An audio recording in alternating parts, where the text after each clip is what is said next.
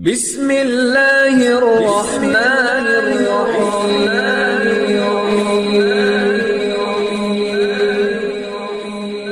بسم اللہ الرحمن الرحیم۔ السلام علیکم۔ وظیفے کی اجازت کے لیے کمنٹس میں اپنا نام لکھ دیں، اور اگر آپ ہمارے چینل پر نیو ہیں تو ہمارے چینل کو ضرور سبسکرائب کر دیجیے گا۔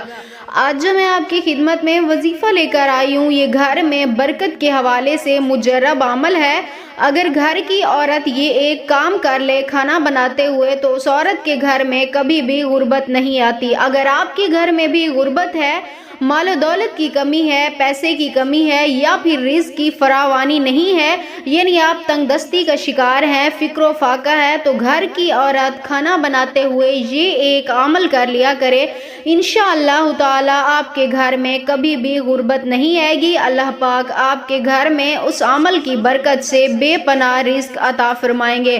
تو چلیے عمل کی طرف چلتے ہیں۔ عمل بہت ہی آسان ہے۔ اگر آپ کے گھر میں بھی غربت ہے تو آپ یہ عمل یقین کامل کے ساتھ ایک بار لازمی آزما کر دیکھ لیں۔